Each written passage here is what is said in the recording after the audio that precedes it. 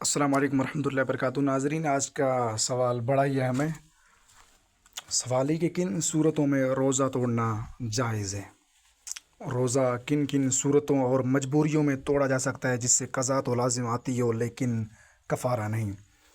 پہلا، روزہ دار اچانک ایسا بیمار ہو گیا کہ اگر روزہ نہ توڑے گا تو موت کا خطرہ ہے یا بیماری بڑھ جائے گی تو روزہ توڑ دینا بہتر ہے۔ مثلاً اچانک پیٹ میں شدید درد شروع ہو گیا، برداشت سے باہر ہو گیا، دوا لینا ضروری ہے، یا سانپ اور بچھو وغیرہ نے کاٹ لیا تو ایسی صورت میں دوا پی لینا اور روزہ توڑ دینا درست ہے۔ اس صورت میں قضا لازم ہوگی، کفارہ نہیں۔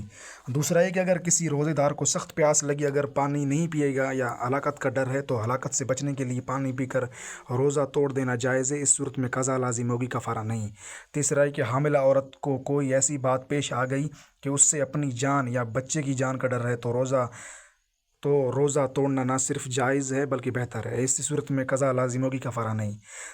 چوتھا یہ کہ کھانا وغیرہ پکانے کی وجہ سے بے حد پیاس لگی اور اتنا زیادہ بے تاب ہو گیا کہ جان کا خوف ہے تو روزہ توڑنا جائز ہے۔ اس صورت میں قضا لازم ہوگی، کفارہ نہیں۔ لیکن اگر روزے دار نے خود قصداً اتنا کام کیا جس سے ایسی حالت ہو گئی تو گناہ گار ہوگا۔ جزاک اللہ خیرہ۔ مزید ایسے مسئلے جاننے کے لیے آپ لوگ ہمارے چینل کو سبسکرائب کریں۔